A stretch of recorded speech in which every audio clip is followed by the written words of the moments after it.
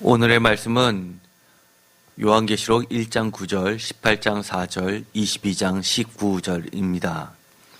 이 세 가지의 말씀의 공통점은 참여, 동참, 이런 중요한 핵심 단어들이 들어가게 됩니다. 제목을 다 함께 읽도록 하겠습니다.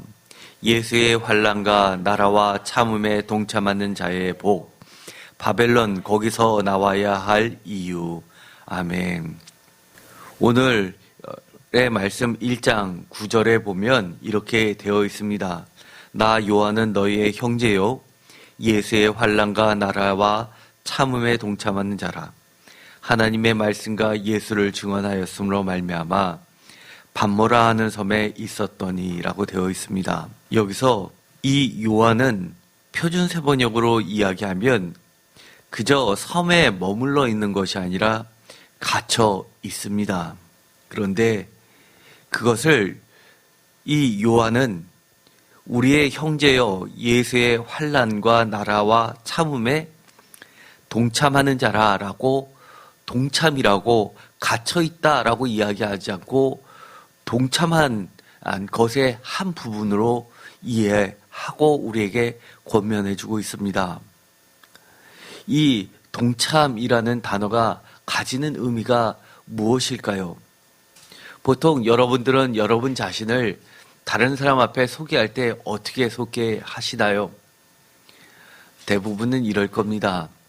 전도를 나가면 우리 교회에 예를 들어서 집사, 권사, 장로처럼 어떤 직책을 이야기할 것이고, 또 사회에서는 여러분이 가졌던 어떤 가장 자랑스러웠던 부분을 이야기할 겁니다.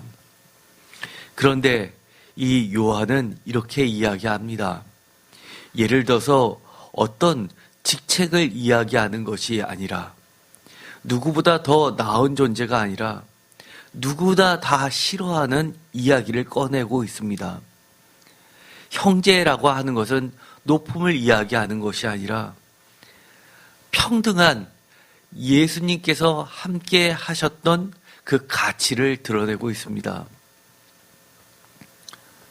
예수 안에서, 하나님 안에서 우리 모두는 형제라는 사실 때문에 이 초대교회에서는 그동안 많은 사회 변두리에 있었던, 내몰려 있었던 사람들이 중심에 놓이게 됩니다. 대표적으로 여성들, 과부들이었습니다. 초대교회의 역사를 보면 많은 여성 지도자들이 있었죠. 가장 대표적인 것 바로 마리아입니다. 마리아는 그야말로 초대교회에서도 독보적인 위치를 차지하고 있었습니다. 어떨 때는 이 주의 형제들보다 더 높은 위치에 있었다는 것이 신학자들에 의해서 공통되게 주장되어 오는 이야기입니다. 이 마리아는 특별히 예수님의 십자가 사건 이후 부활 사건에 이르기까지 십자가 밑에서 십자가 사건을 가장 가까이에서, 그리고 예수님의 육성을 가장 정확히 들었던 인물들이 여러 명의 마리아였음을 알 수 있겠습니다. 어머니 마리아뿐만 아니라 막달라 마리아, 아니면 갈릴리에서부터 함께 온 마리아들이었습니다. 이처럼 형제와라는 이 말은 자매까지를 포함하는 평등 가치를 이야기합니다. 그런데 더 나아가서 예수의 환난과 나라와 참음이라는 것이 이 요한을 결정지어주는 중요한 말이 되고 있습니다. 이 동참이라는 원어를 보면 아주 재미있는 말입니다. 이 시그코이노노스라는 이 말은 신이라는 것은 함께라는 뜻을 가지고 있는 말입니다. 전치사입니다. 코이노노스가 무엇이죠? 우리가 친교의 시간을 나눌 때 코이노니아라는 말을 씁니다. 그 말은 쉽게 말해서 교제를 뜻하기도 하고, 또 초대교회의 이 집사들의 중요한 역할 중에 하나이기도 합니다. 바로 이 나눔, 그리고 하나님의 활동을 함께 하는 것, 예수 그리스도의 활동에 함께 하는 대표적인 것, 봉사의 의미도 갖고 있습니다. 여기서는 파트테이커입니다. 코파트너라고 번역을 하고 있습니다. 함께 모여서 주님의 일의 어떤 부분을 감당하는 것을 이야기하는 겁니다. 너무나 멋진 말이죠. 이 코이노니아의 이 말은 나중에 성령님의 교제할 때도 이 성령님의 역할 중에 중요한 역할이 됩니다. 그래서 우리가 집사라고 하는 것은 실제로는 어떤 직책의 높고 낮음을 이야기하는 것이 아니라 하나님의 아들 예수 그리스도께서 하나님의 나라를 만들기 위해 하셨던 이 땅에서 하나님의 역할의 일부분을 함께 감당하는 것이 집사입니다. 만약에 여러분들께서 생각하시기에 내가 이 예수님의 역할의 일부분을 감당하지 한다라고 생각하면 사실 우리 모두는 집사라고 부를 자격도 없습니다. 성도의 이 거룩함에도 참여하지 못하는 겁니다. 오늘의 주어진 하나님의 말씀, 이 맨 뒤에 보면 요한계시록 22장 19절, 요한계시록 1장 9절은 요한계시록의 맨 처음이었다면 맨 마지막에 나왔던 말씀 요한계시록 22장 19절에도 비슷한 말씀이 들어가 있습니다. 만일 누구든지 이 두루마리의 예언의 말씀에서 제하여 버리면 하나님이 이 두루마리에 기록된 생명나무와 및 거룩한 성에 참여함을 제하여 버리시리라.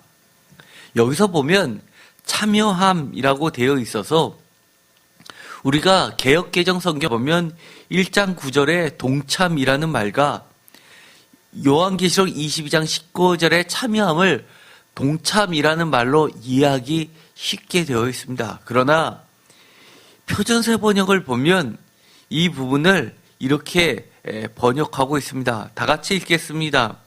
또 누구든지 이 예언의 책에 기록한 말씀에서 무엇을 없애버리면 하나님께서 이 책에 기록한 생명나무와 그 거룩한 도시에서 그가 누릴 복을 없애버리실 것입니다. 아멘. 여기서 보면 이 참여라는 이 단어를 누릴 몫이라고 번역하고 있습니다. 그래서 이 원어를 보면 사실 참여라는 의미보다도 표준세 번역이 번역했었던 누릴 목에 해당하는 단어를 쓰고 있습니다. 바로 메로스라는 뜻인데 이 메로스는 정확하게 이야기하면 나누어질 기업의 몫입니다. 예를 들어서 기업이라고 하면 성경에서 표적인 게 여호수아가 각 지파에게 나누어준 기업의 몫을 이야기합니다. 그렇다는 이야기는 이 생명나무와 거룩한 성에는 우리들이 마치 여호수아가 약속의 땅에서 각자 나누어준 지분이 있는 것처럼 그런 누릴 몫이 있다는 겁니다. 그런데 이 하나님의 말씀을 두루마리의 예언의 말씀을 제하여 버리는 자는 이 그 누릴 목 이미 우리에게 주시고자 했었던 하나님의 그 기업의 몫을 즉 유산을 제하여 버린다고 이야기를 하고 있습니다. 이 제하여 버린다라는 그 원어의 뜻은 지우개로 지우듯이 빡빡빡빡 없애버리는 겁니다. 우리가 요즘에는 지우개나 아니면 컴퓨터를 생각해서 지운다라는 말을 단순히 버튼 하나만 누르면 딜리트 시키면 싹 없어지는 그런 개념이 아닙니다. 이들에게 있어서는 이 지운다라는 것이 우리가 지우개로 지우는 것과 그런 개념처럼 쉬운 것이 아니라 흔적조차도 없애는 매우 정교하고 어려운 일이었습니다. 가장 쉬운 지워버리는 일은 예를 들어서 이 양피지에서 잉크를 쓰고 양피지가 워낙 비싸다 보니까 거기서 잉크를 쓰고 그것을 재활용하는 경우가 많았습니다. 그래서 화약약품 같은 것을 거기다 묻혀서 그것을 지우려니까 잉크가 잘 지워집니까? 여간시키지 않고 이 흔적을 지우는 게 쉽지 않습니다. 잘못하다가는 이 양피지가 찢어지겠죠. 그래서 이 오래된 공문서들 보면 그 전에 무엇을 썼다가 지우고 그 위에서 새롭게 쓴 것을 알 수 있는 것이 이 적외선이나 자외선 기법으로 보다 보면 그 뒤에 글자들이 나오게 되죠. 그래서 그 이전에 어떤 것을 기록했는지도 밝혀내는 이 사문학들이 있습니다. 그렇기 때문에 이 지운다는 건 쉽지 않습니다. 그 이전으로 돌아가 볼까요? 그 이전은 더 어려웠습니다. 기록에 주로 사용했던 제목들은 무엇이었냐면 토기 같은 것이었습니다. 그것을 지우려면 지워집니까? 결국 깨지는 수밖에 없습니다. 지울 수 있는 것은 돌에 기록되어 있는 겁니다. 돌에 있는 것을 지우려면 어떻게 했습니까? 파내는 수밖에 없는 겁니다. 그것이 흔적을 없애는 겁니다. 우리가 보면 여러 가지 기념비들을 석비들을 보면 훼손되어 있는 것들을 보게 되죠. 그것들이 지워버리는 겁니다. 여러분들께서는 사실은 하나님의 말씀, 이 예언의 말씀을 우습게 여긴다면 어떻게 한다는 이야기입니까? 하나님께서 정말 정을 갖고 쪼아버리듯이 그 흔적 자체도 없앤다는 겁니다. 반대로 이야기해 볼까요? 어느 정도의 복이냐? 웬만해선 지워지지 않는 우리에게 그렇게 확실하게 주신 하나님의 기업이 있다는 겁니다. 얼마나 감사합니까? 우리가 조그만 잘못했다고 그것을 빌빌 삼아서 제거해버리는 수준이 아닙니다. 하나님이 참고 참으시면서도 그 유산을 우리에게 주시려고, 그 기업을 주시려고 애쓰시는데도 불구하고 우리들이 그 하나님의 그 신실하심에 얼마나 우리가 참여하고 있습니까? 사실 이 요한은 우리에게 이렇게 이야기해 주는 겁니다. 예수의 환난과 나라와 참음에 우리들이 정말 대단한 것을 하는 것 같지만 사실 하나님의 그 신실함에는 아무것도 아니라는 사실을 깨닫고 이렇게 이야기를 하는 겁니다. 나 요한은 너희의 형제요. 예수의 환난과 나라와 참음에 동참해서 하나님이 그 지워지지 않을 약속하실 그 유산에 동참하는 자다라고 이야기를 하는 겁니다. 이 정도 되면 우리가 이 요한계시록에 기록되어 있는 수많은 하나님의 약속에 대해서 우리가 조금은 더 진지한 태도로, 조금 더 신실한 태도로 다가서야 되지 않겠습니까? 오늘의 말씀들을 보면 너무나 귀한 말씀이 있습니다. 우리가 하나님의 말씀에 어떻게 하면 조금 더 동참할 수 있을까요? 오늘 우리에게 주셨던 하나님의 말씀을 보면 조금 우리가 기억해야 될 말씀이 있습니다. 요한계시록 1장 9절에 동참한다라고 생각하면 우리가 어떤 것을 무엇인가 해야 되는 걸로 생각하는 경우가 많이 있습니다. 그런데 요한계시록 전체를 쭉 읽다 보면, 그리고 특별히 저희가 지난주 수요일 날 여러 고고학을 통해서 발견된 자료들을 요한계시록을 재조명해서 보면 이 동참하는 방법 중에 중요한 것이 있었습니다. 바로 요한계시록 18장 4절에 나와 있는 말씀입니다. 요한계시록 18장 4절 말씀 다시 한번 읽어보도록 하겠습니다.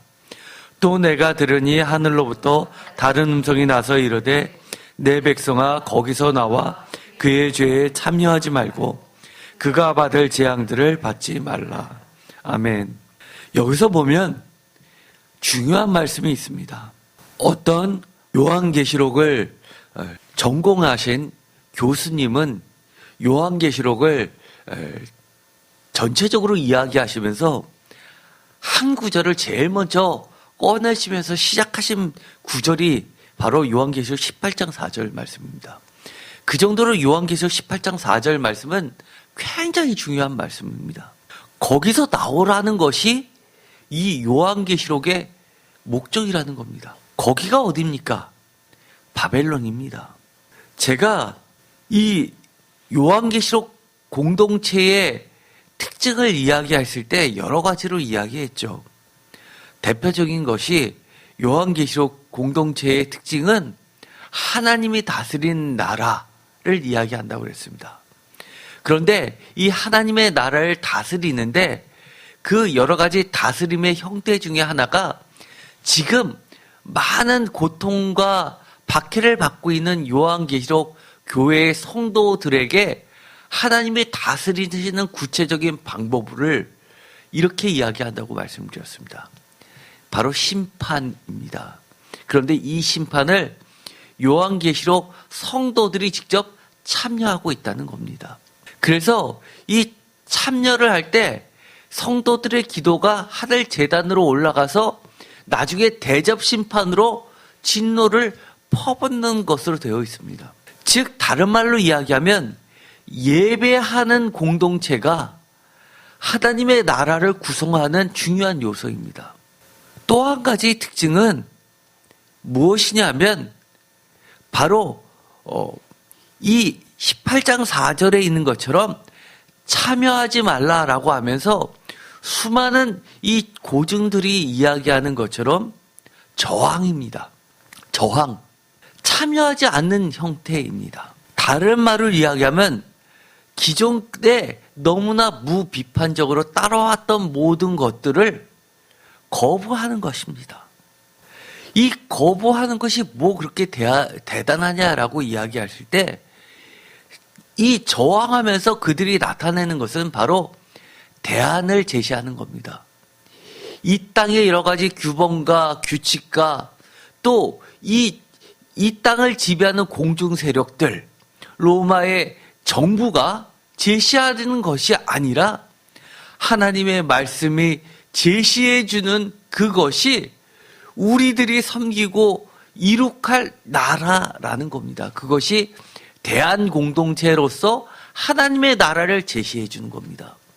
로마의 팍스 로마나의 그 평화와 질서가 아니라 하나님의 샬롬 평화와 예수 그리스도께서 우리에게 보여주셨던 여러 가지 정의와 공의와 이 사랑의 기준을 가지고 만드는 세상, 이 땅에 펼쳐지는 이 사랑의 세상이 대한공동체라는 겁니다. 그래서 요한계시록 공동체, 교회의 예배를 지박하여서 저항과 대안으로 읽는 학자들이 아주 많이 있습니다.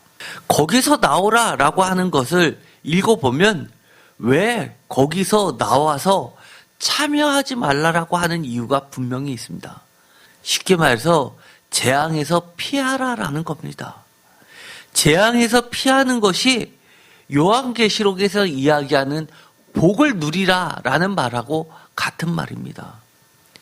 우리에게 유산으로 목으로 기업으로 주시려고 하는 생명책에 그리고 기록되는 것 거룩한 성에 들어가는 것이 복이라는 겁니다.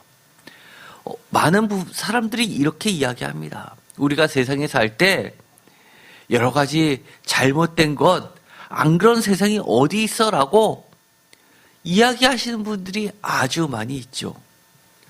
적당히 세상과 타협하면서 또는 속으로는 내가 세상을 사랑하면서 자기 나름대로의 바벨탑을 쌓아가는 자칭 세상에 영향력을 끼치는 세상에 힘있고 능력 있는 그리스도인이라고 자부하는 그런 신앙인들이 있습니다.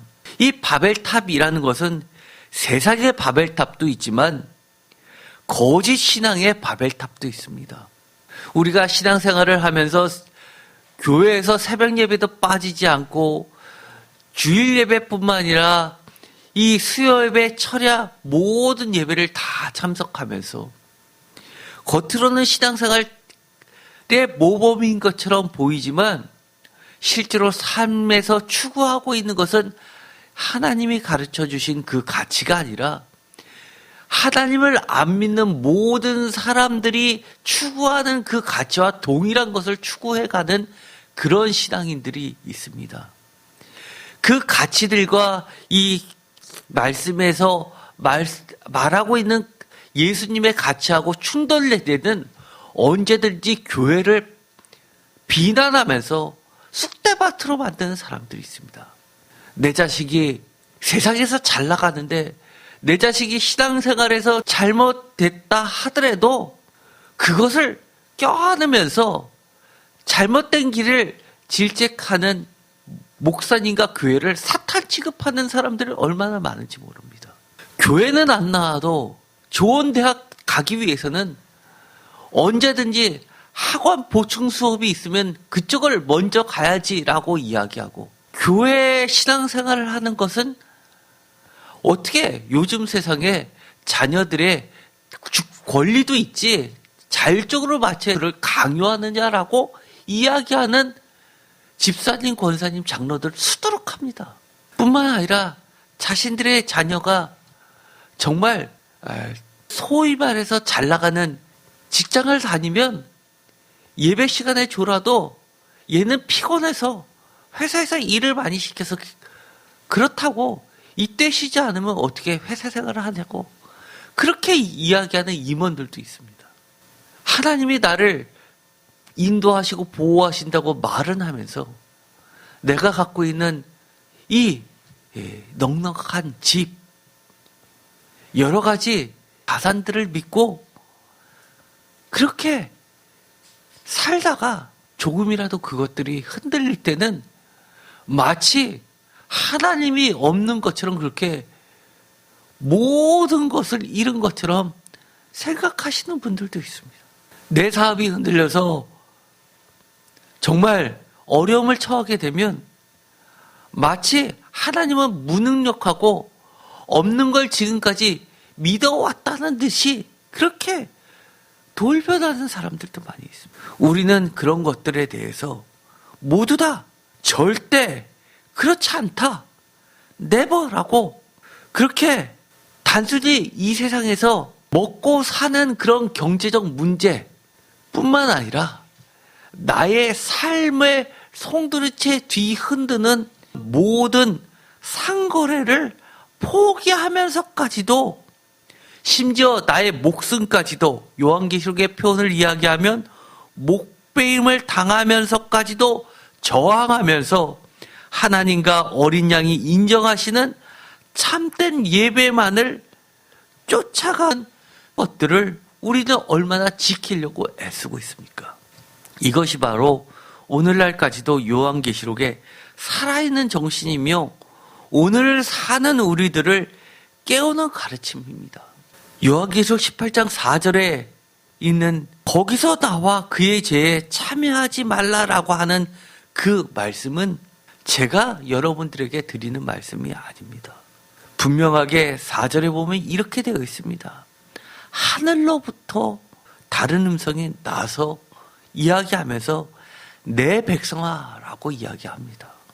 전에 전달해 주는 그 다른 음성이라는 것은 아마 다른 천사일 것입니다. 그러나 요한계시록에서 천사는 하나같이 이렇게 이야기합니다. 요한이 숭배하려 가자 나는 당신과 같은 주의 종이요 형제다라고 이야기하는 것을 봐서 오늘날로 이야기하면 목사님이라고 전해도 틀리지 않습니다.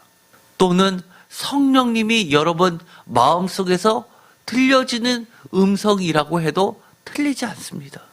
그래서 어떤 학자는 이렇게 이야기합니다.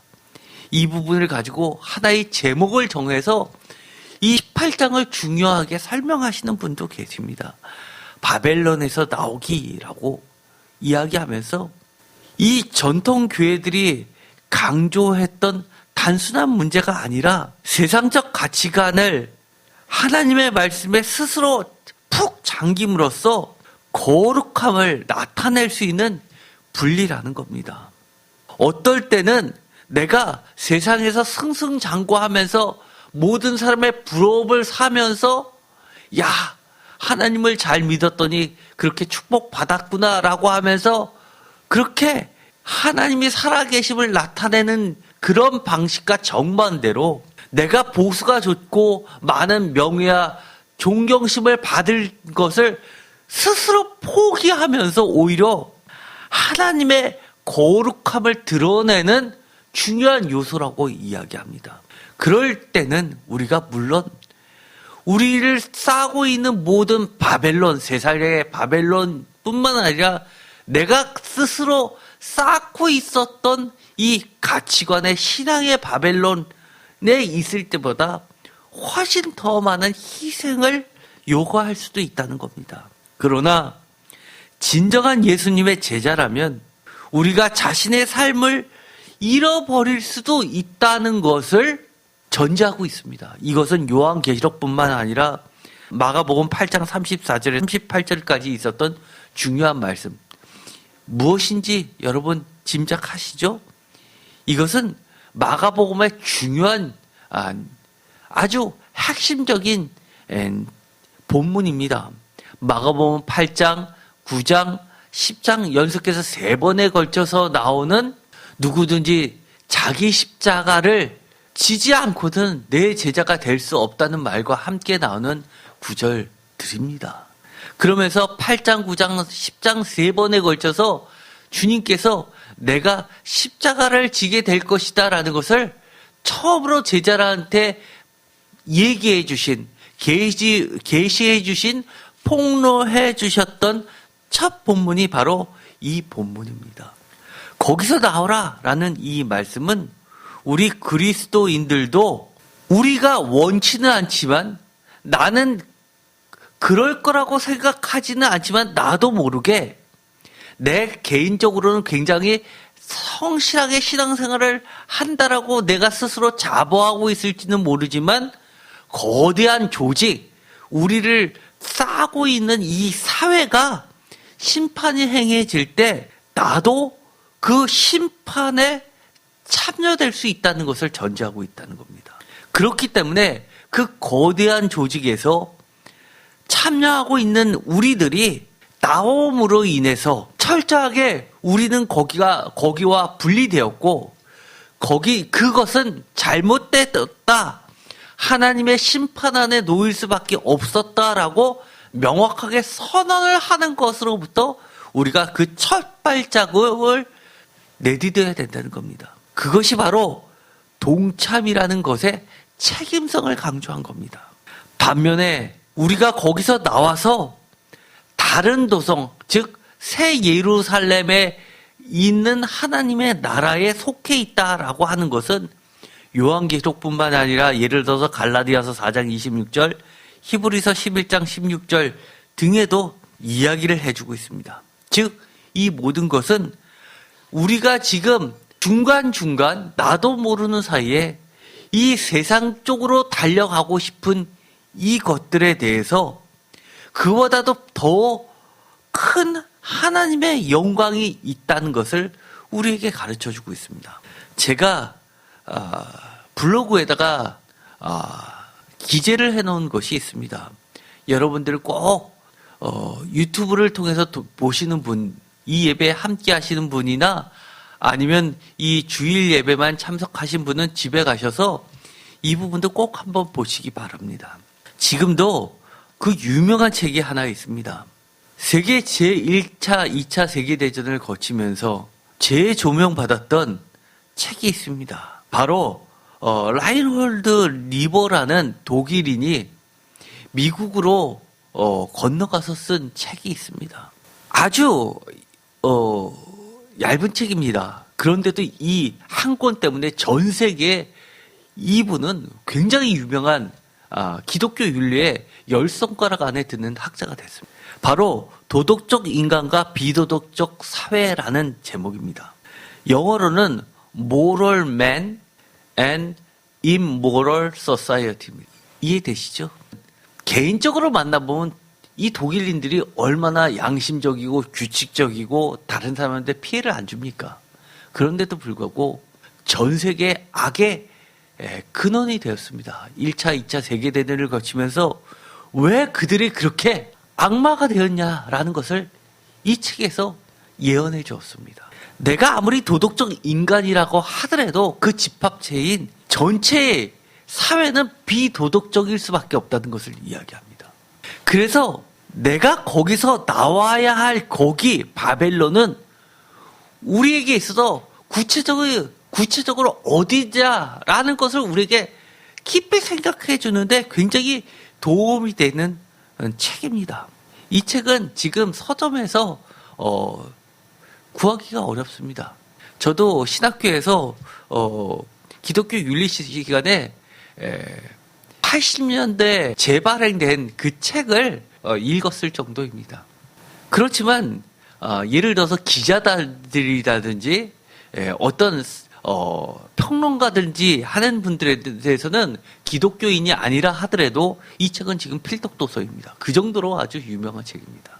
우리는 이것을 통해서 뭐를 생각해야 되냐면 왜 우리가 거기서 나와서 또 나온다면 그 다음에 왜 우리는 무엇을 누구와 함께 해야 되는지를 생각해 봐야 된다는 겁니다. 왜 우리가 거기서 나와야 됩니까? 나오지 않으면 아무리 내가 발버둥 치고 올바로 살려고 하더라도 나도 모르는 사이에 누군가와 더불어 존재하게 된다는 것이기 때문입니다. 요한계시록 14장 3절과 4절에 보면 이런 말씀이 있습니다.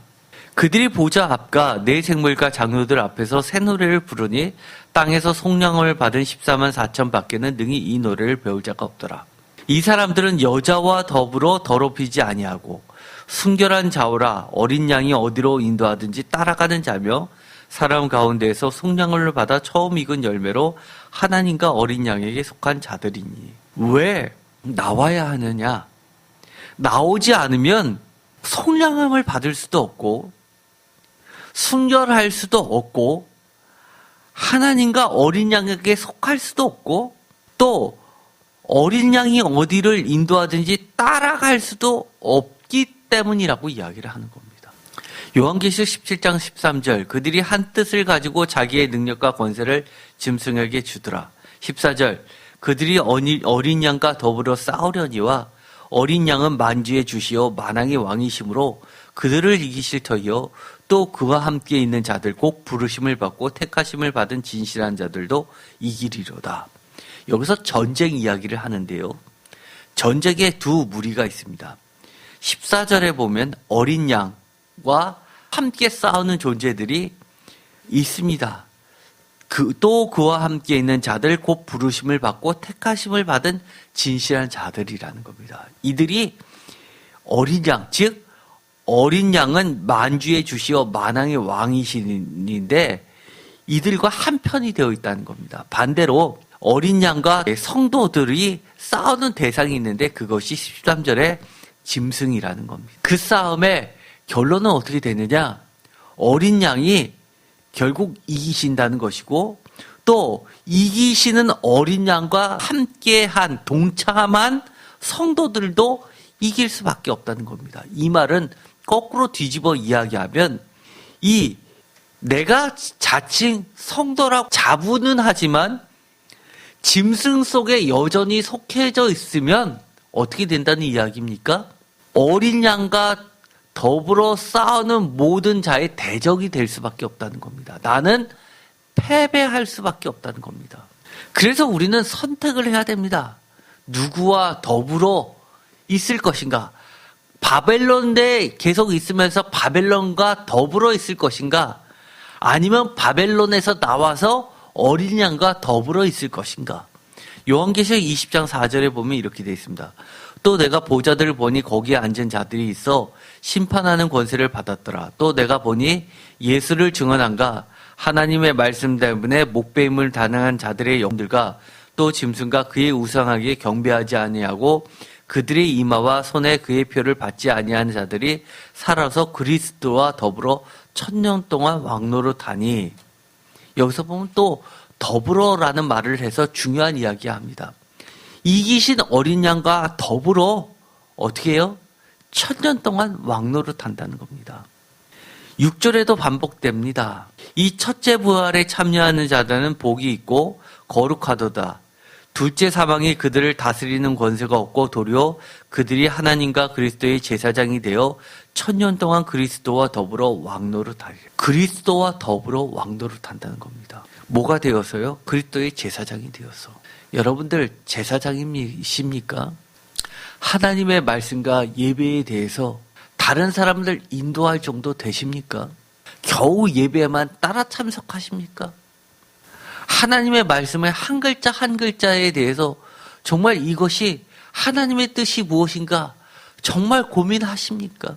요한계시록 3장 19절에 보면 이렇게 이야기합니다. 물론 내가 사랑하는 자를 책망하여 징계하노니 그러므로 내가 열심을 내라. 회개하라. 20절 다 같이 읽겠습니다. 볼지어다 내가 문 밖에 서서 두드리려니 누구든지 내 음성을 듣고 문을 열면 내가 그에게로 들어가 그와 더불어 먹고 그는 나와 더불어 먹으리라. 계속해서 무엇을 이야기하십니까? 더불어, 함께, 동참, 참여 이런 것들을 이야기하십니다. 21절 이기는 그에게는 내가 내 보좌에 함께 앉게 하여 주기를. 보좌에 앉는다라는 것은 권세를 주신다는 것이고 왕자를 주신다는 겁니다. 내가 이기고 아버지 보좌와 함께 앉은 것과 같이 하리라. 왜 예수님 어린 양이 만주의 주 만왕의 왕으로서 이길 수밖에 없는지를 이곳에서 명확하게 이야기합니다. 왜요? 어린 양은 아버지 보좌에 함께 있기 때문입니다. 하나님을 이길 자가 아무도 없기 때문입니다. 누구와 더불어 마지막 때의 전쟁에 참여할 것인가? 요한계시록 12장 17절은 이 바벨론의 정체에 대해서 이야기합니다. 용이 여자에게 분노하여 돌아가서 그 여자의 남은 자손 곧 하나님의 계명을 지키며 예수의 증거를 가진 자들과 더불어 싸우려고 바다 모래 위에 서 있더라. 용이 바다 모래 위에 서 있어서 바다로부터 올라오는 짐승 그리고 나중에는 땅으로부터 올라오는 짐승과 함께 삼위일체를 구성해서 이 성도들과 교회와 더불어 싸우게 됩니다. 그래서 이 바벨론은 정체가 바로 옛뱀, 용, 사단입니다. 요한계시록 17장 1절 또 7대접을 가진 7천사 중 하나가 와서 내게 말하여 이르되 이리로 오라. 많은 무리에 앉은 큰 음녀가 받을 심판을 내게 보이리라. 2절 다 같이 읽겠습니다. 땅의 임금들도 그와 더불어 음행하였고 땅에 사는 자들도 그 음행의 포도주에 취하였다 하고 아멘. 음녀뿐만이 아니라 땅의 임금들 그리고 그 땅의 임금들과 더불어 사는 땅에 사는 자들 함께 그와 더불어 음행하고 그 음행의 포도주에 취한 땅에 사는 자들입니다. 우리가 착각하기 쉬운 게요. 땅에 사는 자들이 교회의 성도들은 아닐 거라고 생각합니다. 그러나 그렇지 않습니다. 제가 블로그에도 올려놨는데요. 청년들에 대해서 설문조사한 게 있었습니다. 대면 예배 말고 비대면 예배에 참석했었던 청소년들에게 설문조사를 했는데요. 신앙을 잃어버린 것이 90%가 넘어갔습니다. 앞으로 교회를 안 다닐 것 같다라고 생각하는 사람이 굉장히 많았고요. 예배를 집중해서 비대면 동영상 예배로 드린다라고 한 사람이요. 10%도 안 됩니다. 비대면 예배를 통해서 결과가 신앙을 많이 잃어버린 것 같다였습니다. 우리가 하나님의 뜻을 분별하는데요. 존 웨슬리는 이렇게 이야기합니다. 성경 말씀만이 하나님의 뜻을 분별하는 것이냐? 이 감리교는 그렇게 이야기하지 않습니다. 네 가지를 이야기합니다. 여러분들 많이 들어보셨을 겁니다. 그 네 가지 중에서는 성경도 말씀도 있지만 교회의 전통이라는 것도 있습니다. 왜요? 왜 교회의 전통이 이 예배를 그렇게 중시했습니까? 그것이 결론적으로는 우리의 신앙을 지켜주기 때문입니다. 우리의 신앙을 전수해주기 때문입니다. 스스로 바벨탑 쌓지 마십시오. 신앙생활 하면서 여러분 신앙생활에 바벨탑 쌓지 마세요. 여러분 자녀의 자랑할 때 우리의 자녀가 정말 신앙이 좋아서 자랑하십니까? 아니면 좋은 대학 나와서 재주 있어서 좋은 직장 가서 무슨 사자 붙어서 자랑하십니까? 여러분 자녀 어디 나가서 제일 먼저 제3자한테 자랑할 때 정말 신앙 좋다라고 먼저 이야기하시는 부모들 계십니까? 아니면 어디 나왔다 이거 갖고 자랑하십니까? 바벨탑 쌓지 마십시오. 요한계시록 18장 2절 힘찬 음성으로 외쳐 이르되 무너졌도다 무너졌도다 큰 성 바벨론이요 귀신의 처소와 각종 더러운 영이 모이는 곳과 각종 더럽고 가증한 새들이 모이는 곳이 되었도다. 그 음행의 진노의 포도주로 말미암아 만국이 무너졌도다. 또 땅의 왕들이 그와 더불어 음행하였도다 하였으며 땅의 상인들도 그 사치의 세력으로 치부하였도다 하더라. 아까는 땅의 왕들과 땅에 사는 자들이라고 했는데 여기서는 구체적으로 땅의 상인들을 이야기합니다. 여러분들 왜 부자가 되고 싶으십니까? 왜 여러분들 직장 다니십니까? 왜 여러분 사업하십니까? 하나님 나라를 위해서 합니까? 여러분들 잘 살고 또 자녀들에게 남겨주기 위해서 하십니까? 우리는 왜 어린 양 한쪽만을 선택해야 되는지 분명하게 우리는 그 태도를 결정해야 합니다. 요한계시록 18장 4절에 계속해서 이야기하죠. 거기서 나오는 게 재앙을 받지 않는 길이라고. 그것도 6절에 보면 이렇게 이야기합니다. 하나님이 그 재앙을 내리실 때 갑절이나 내리신다고 합니다. 요한계시록 22장 19절에 우리가 받아야 될 유산이 있다고 분명하게 이야기합니다. 아까도 서론 부분에 이야기했죠. 참여함을 제하여 버리라라는 것을 여러분 아주 단순하게 생각하지 마십시오. 쉽게 내가 조금만 잘못하면 없어질 것이라고 생각하지 마십시오. 하나님은 어떻게 하든지 예수님은 어떻게 하든지 보다 구체적으로 이야기하면 예수님은 자기의 목숨을 내놓고 자기의 피를 흘리시면서까지도 여러분에게 약속된 그 유산을 지키려고 하신 분입니다. 그런데 우리가 그걸 가볍게 생각하면 안 됩니다. 바벨론에서 나온다는 것은 결론입니다. 하나님과 어린 양 예수 그리스도께로 들어간다는 말과 같습니다. 이 말은요, 하나님과 어린 양이 친히 나의 성전이 되신다는 말하고도 같습니다. 즉, 하나님과 어린 양 예수 그리스도께서 직접 다스리는 나라가 된다는 뜻입니다. 나라가 곧 내가 하나님과 어린 양 예수 그리스도께서 계시는 성소로 쓰임 받는다는 이야기입니다. 즉, 우리는 주님의 거룩한 성소라는 말하고도 같습니다. 다른 말로 이야기하면 거룩한 주님의 백성과도 같은 뜻입니다. 말이 비슷비슷한데 명확하게 여러분이 구분을 할 줄 알아야 됩니다. 내가 하나님의 나라로 들어간다는 말은 내가 하나님의 나라도 되고 주의 거룩한 성소도 되고 거룩한 주님의 백성이 된다는 말하고도 동전의 양변입니다. 요한계시록 21장 22절에 보면 성 안에 내가 성전을 보지 못하였다라고 합니다. 거룩한 성 예루살렘에 들어갔는데 바벨론에서 나와서 대안인 예루살렘, 새 예루살렘 성으로 들어갔는데 그곳에 들어가 보니까 성전이 있는 줄 알았습니다. 그런데 그 성전이 없다는 겁니다. 진짜 성전은 뭐라고 얘기하냐면 하나님 곧 전능하신 이와 어린 양이 그 성전이시기 때문이라는 겁니다. 그러면 이 땅은 없어져야 될 성전입니까? 아닙니다. 이 땅에 교회가 있다는 것은 주님이 뭘 이야기하시는 거냐면 너희들은 이 땅에 살지만 하늘나라에 사는 존재다라는 것을 가르쳐주는 것은 뭐를 통해서 가르쳐준다는 겁니까? 이 땅의 교회를 통해서 가르쳐준다는 겁니다. 그래서 예수님이 십자가에 달려 돌아가시고 부활 승천하신 이후에 많은 학자들이 뭐라고 이야기하죠? 성령의 시대라고 합니다. 예수님이 오시기 전까지는 성부 하나님의 시대, 예수님이 오신 시대의 초림 시대는 성자 예수 그리스도의 시대, 그 이후는 성령의 시대라고 하는데 또 많은 학자들은 그것을 뭐라고 이야기하냐면 성령의 시대를 뭐라고 이야기합니까? 교회의 시대라고 이야기합니다. 이 교회는 하나님과 어린 양의 모형인 겁니다. 그 성은 해와 달의 비침이 있을 때 없으니 이는 하나님의 영광이 비치고 어린 양이 그 등불이 되십니다. 그래서 교회를 마태복음에서는 뭐라고 이야기하냐면 세상의 빛이다라고 이야기하는 겁니다. 24절 만국이 그 빛 가운데로 다니고 땅의 왕들이 자기의 영광을 가지고 그리로 들어가리라.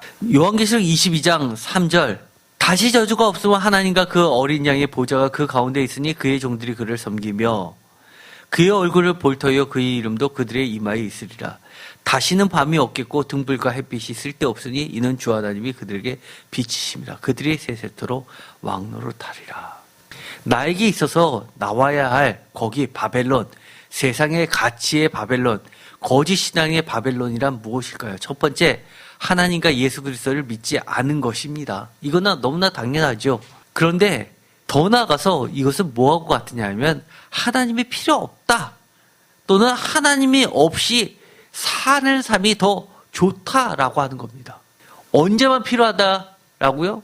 여러분이 힘이 들 때만, 내가 정말 내 힘으로 할 수 없을 때만 필요하면 되지 평상시에는 필요 없다는 겁니다.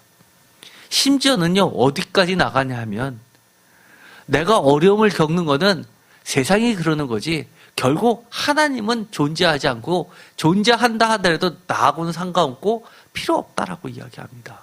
사사기 17장 6절에 보면 이렇게 되어 있습니다. 이 태초의 죄가 어디까지 가냐면 17장 6절에 그때는 이스라엘에 왕이 없었으므로 사람마다 자기 소견에 옳은 대로 행하였더라. 이것이 사사기의 죄의 가장 대표적인 문구죠. 21장 25절에도 또 반복됩니다. 그때 이스라엘에 왕이 없으므로 사람이 각기 자기의 소견에 옳은 대로 행하였더라. 자기 소견에 옳은 대로 행하는 시대, 이것이 바벨론의 특징인 겁니다. 이스라엘의 왕, 하나님이 안 계셨기 때문입니다. 두 번째, 바벨론에서 나온다는 것은 이겁니다. 하나님과 예수 그리스도의 가치를 모르는 겁니다.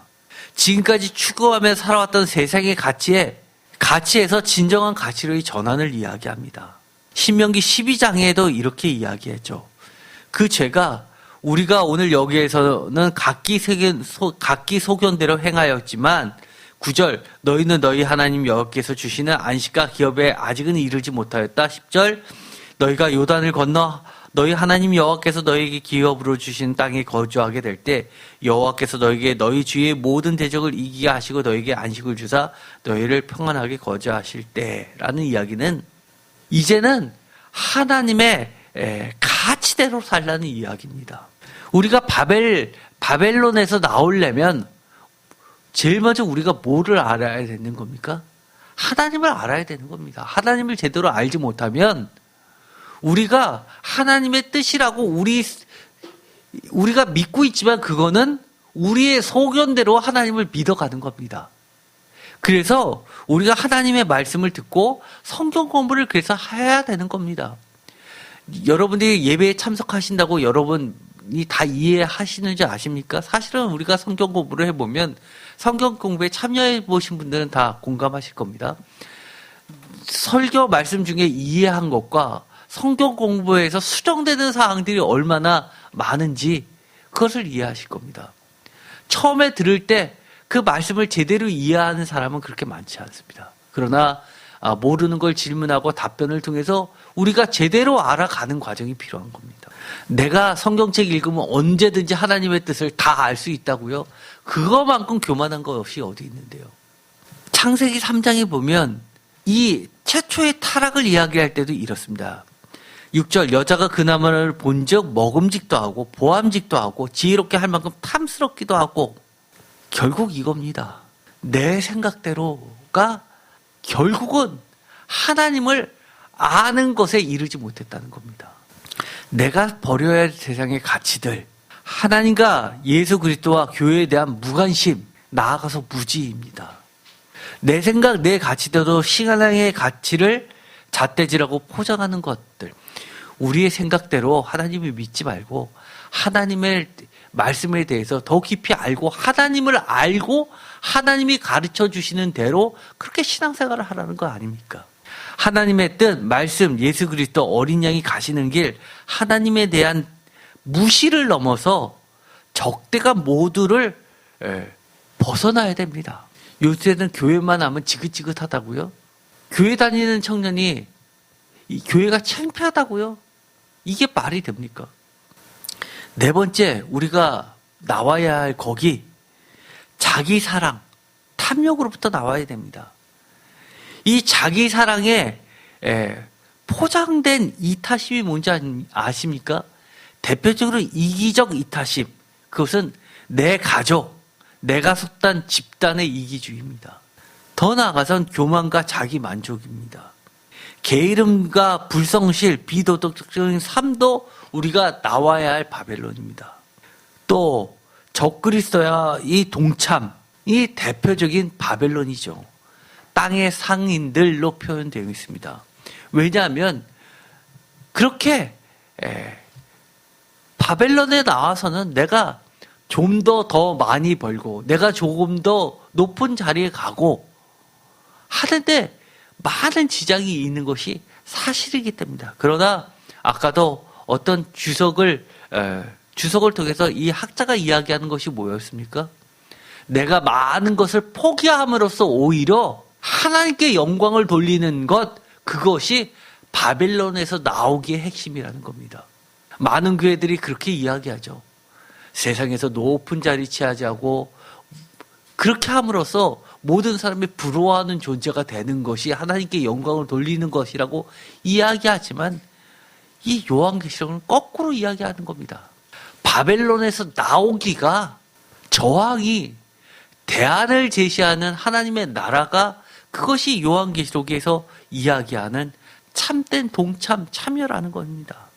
하나님의 말씀과 예수를 증언하고 예수의 환난과 나라와 참음에 내 자신이 어떻게 구체적으로 할 것인지 이번 한 주간 동안 여러분들이 깊게 고민해 보시기를 깊이 축원드립니다.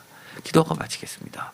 주님, 우리가 얼마나 예수 때문에 우리의 삶에 전환이 이루어지는지를 생각하게 하여 주옵소서. 우리가 믿고 있던 것들이 정말 하나님의 말씀에 그것이 하나님의 뜻이었는지 우리가 분별할 수 있게 하여 주시옵시고 조금 더 하나님의 말씀에 가까이 갈 수 있게 하여 주옵소서. 하나님의 말씀을 명확하게 알고 하나님이 아니라고 하는 것들에 대해서는 단호하게 세상이 잘못됐다라고 선 긋고 거기서 나오게 하여 주옵소서. 우리가 더 잘 살 수 있다고, 더 높은 지위에 갈 수 있다라고 세상이 유혹한다 하더라도 거기에 동참하지 않게 하여 주옵소서. 나만 바르면 되지라고 하는 잘못된 생각 우리가 벗어나게 하여 주시옵시고 하나님의 나라와 참음과 그리고 하나님이 약속하신 그 유산에 동참할 수 있게 하여 주옵소서.